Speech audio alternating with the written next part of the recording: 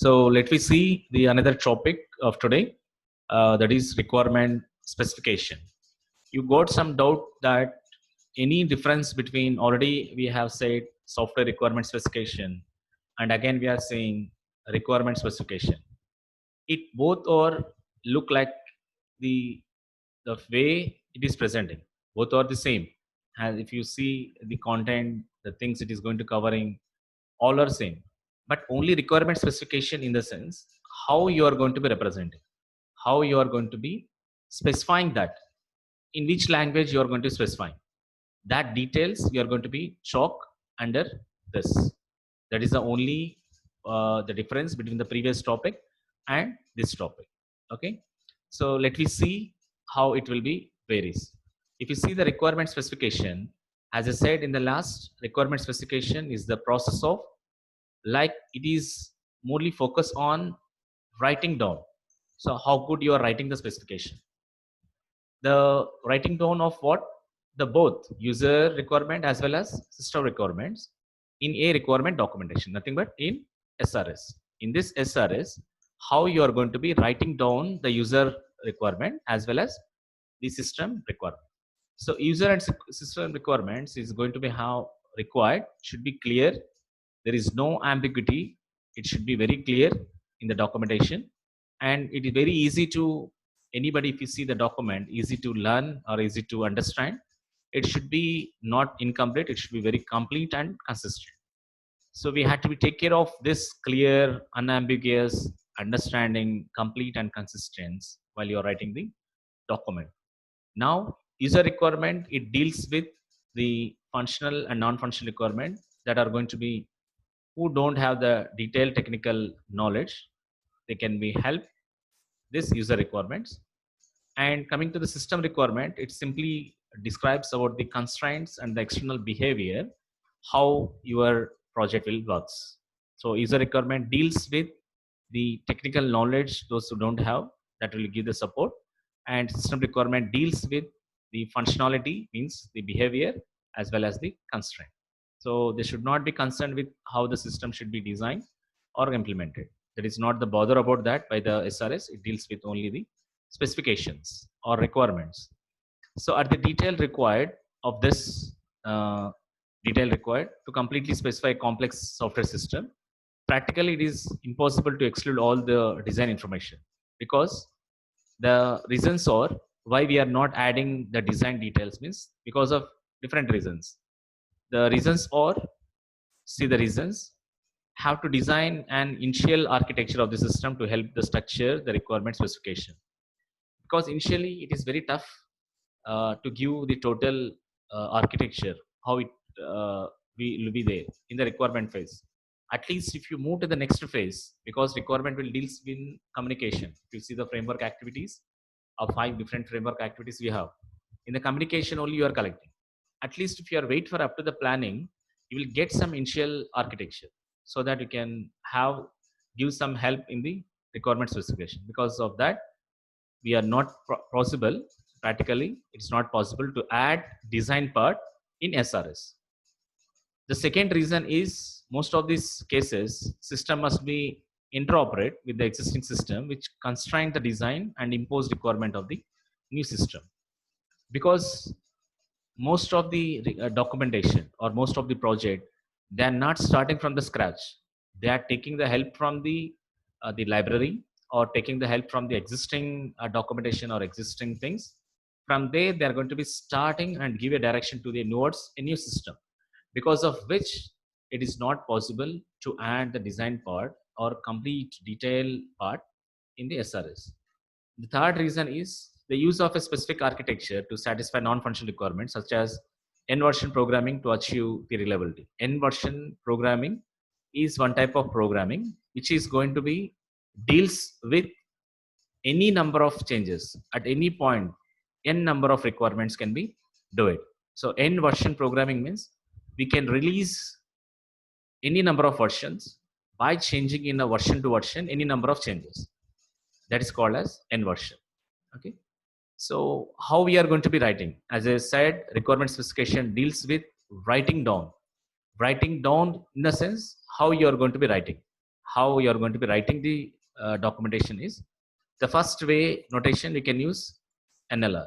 This natural language sentences will be used to written using number sentences in natural language.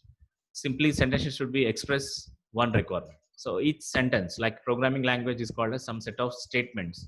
So each statement talks about maybe it's a declaration or maybe an assignment or maybe that is a function call or maybe assigning a variable or assignment or a loop or maybe opening a function, opening a program, or opening a main function. Like this, each sentence statements how a programming language defines. In natural language, each sentence should express one requirement. We have another way we can write it, that is the structured natural language. So in the structured language, the name itself called as structure. So it is have a template. In template, in the sense we have some set of fields over there. Like when you fill a MSET application, it's a template. MSET application form is a template. That the template we have to fill, each field provides some information about the aspect of the requirement. Like this also we can write down the requirement specification, that is structural natural language. The third is design description languages. So design description languages deals with like a programming language, because we are going to give it in the form of a design. So programming language, in the sense, with the help of this design description languages, once you design it, we can generate any prototypes or any pseudocode for that. But more abstract features to specify the requirement by defining an operational model of the system. So this approach is going to be used very rarely. Very rarely it is going to be using, because it deals with more abstract features, more detail, the design description languages. It forms in the form of a notations. The designs will be representation in the form of a notation. Because of that, it is not recommendable in writing down the requirement specification. The next is graphical notations. So graphical notations, like we are drawing the flow chart. So with the help of that, we have some text notations over there. So with the help of these text notations, we can also make, because of these text notations, we can also draw this graphical models. So as per in the week 3 onwards, we are going to using the visual impact, visual paradigm. There is a software where you are going to using for drawing of UML diagrams, right? And the fifth one, we are going to representing as mathematical specification. So in this mathematical specification, we can use some finite state machine. So you have a subject called as theory of computation. There you learn about this finite automata or finite state machines, where we are using some notations like circle, arrow mark, which is connecting, like look like similar to the diagrams, data flow diagrams, what we have drawn for week 2 for calculating the cyclomatic complexity. So it has to deals every part how the flow will goes. With the help of that mathematical specification, you can represent this finite state. So finite state look like as a grammar. Grammar means LLR grammar. Like we have flower brackets. We can notations like belongs to, or else alpha, beta. Some set of notations going to be using in this mathematical specification. So we can writing a system requirement specification with the help of any one of the notations like natural language sentences or uh, structured natural language or design description languages, graphical notations or mathematical specification. Now problems using this NL, that is natural language, is lack of clarity. Means if you see in the NL, it specifies the number sentences. Number sentences means 1, 2, 3, 4. Like you're written the algorithm, look like as algorithm steps. Because of that clarity, there is a lack of the clarity. It is very less clarity information is going to giving over there, which deals with the unambiguity. That is ambiguity has to there. So that is the one reason why the not recommendable natural language. And there is a confusion. Confusion why means due to over flexibility. Means sometimes difficult to find whether the requirement are same or distinct. So overly, if you are giving some flexibility to in the documentation while you're writing, because of the same ambiguity if it is occur, it is very difficult to make unique which one is the unique requirement, which one is the not. because it is a very flexible in nature. The third problem in the natural language is the amalgamation problem. That is, it is very difficult to modelize the natural language requirement.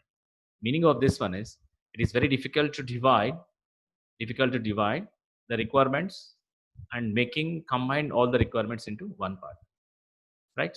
Not only this, we have some sort of the misunderstandings where when you're writing with the natural languages. One is because we don't have the standard format. That is another reason. And this is the natural language deals with the sentences.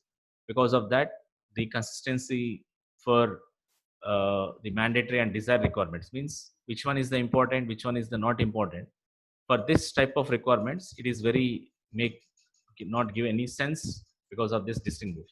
So mandate requirements or the requirements that the system must support and usually written using shall be, and desire requirements is not essential and are written using should, maybe. So it should be maybe or may not be the desirable requirement, and here may be the mandatory requirements. We can add like that. So shall add should, and also the another thing is highlighted. So to pick up the key points, use some text highlights over there where we can know easily which one is the important, which one is the non-important over there. And the fourth reason over here is don't assume that the readers understand technical software engineering, because don't think that while you are writing any documentation, write down in the documentation, we need to be know that whatever the knowledge you have, like if you have a grip on Python, grip on Java, grip on .NET, maybe grip on any IoT or blockchain areas, if you are having the grip over there, it is not mean that everybody who are going to referring your documentation should has required the technical software knowledge or technical software engineering language. So it is easy for words like architecture and modules to be understood. Therefore, avoid the use of jargon, abbreviations, and acronyms. So simple words, simple synonyms, or the fonda which required in that software requirements, you can use that fonda instead of using your own fonda, because it is very difficult to identify and to catch the document in a flow manner. To see the example requirements for the insulin pump software system. So what they are doing here, as I just now I said you, the system shell measures. Shell indicates we have two types of the requirements under this, mandatory, and it is going to be deals with desirable requirement. If you see the mandatory requirement, it deals with shall. If you see the desirable requirement, deals with should. Now the second requirement also, the system shall run a self-test routine. Shall run, right? So it is a mandatory requirement over there. So that's you need to focus. In this example, we are not bothering about the sugar level or whether any alert message or not. We are bothering about whether my requirement, whatever I just now discussed, whether that requirement is covered in this example or not. That thing you have to focus. And the next type of language we represented is structured. So in structural natural language is a way of writing system requirements where the freedom of the requirements writer is limited and all use requirements are written in a standard way. In the sense, here in this standard natural language, it is going to deal with the freedom of the requirements. Freedom of the requirements is nothing but any time you can change any type of the requirement or any type of change over there. And now these are very limited in nature. Freedom of the requirements writer is limited and all requirements are written in a standard way. And requirements are written in a standard way, ensure degree of the uniformity, provide templates and include the control structures as well as graphical highlights to partition the specification.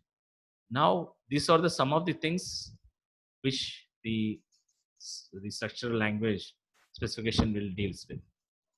And as a continuation of this, if you or need to see, the Robertson in the year 1999 has written a book on overlay requirements engineering that is recommended by the user requirements.